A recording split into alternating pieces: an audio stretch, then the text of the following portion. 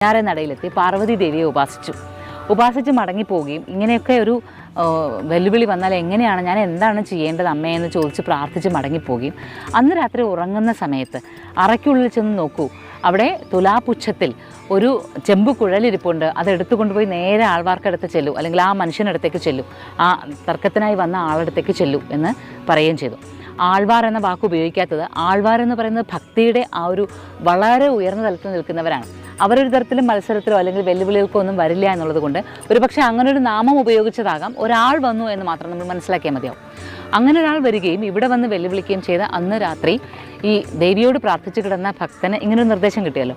പിറ്റേന്ന് ആൾ തൻ്റെ അമ്മയോട് കാര്യം പറയുകയും അമ്മ അറക്കൽ നോക്കുമ്പോൾ അങ്ങനെ ഒരു ചെമ്പ് കുഴൽ കാണുകയും ആ ചെമ്പ് കുഴലുമായി ഈ ബാലൻ ഇവിടേക്ക് വന്ന് ആൾവാർക്കരികിലേക്ക് എത്തുകയും ചെയ്തു. ഈ ആൾക്കരികിൽ എത്തിയിട്ട് പറഞ്ഞു, ഞാൻ വെല്ലുവിളി സ്വീകരിക്കുന്നു, അങ്ങ് ഞാൻ ചെയ്യുന്നത് പോലെ അങ്ങേക്ക്, അല്ലെങ്കിൽ അങ്ങ് ചെയ്ത് അങ്ങ് ഈ കുഴലിൽ നിന്ന് ഒരു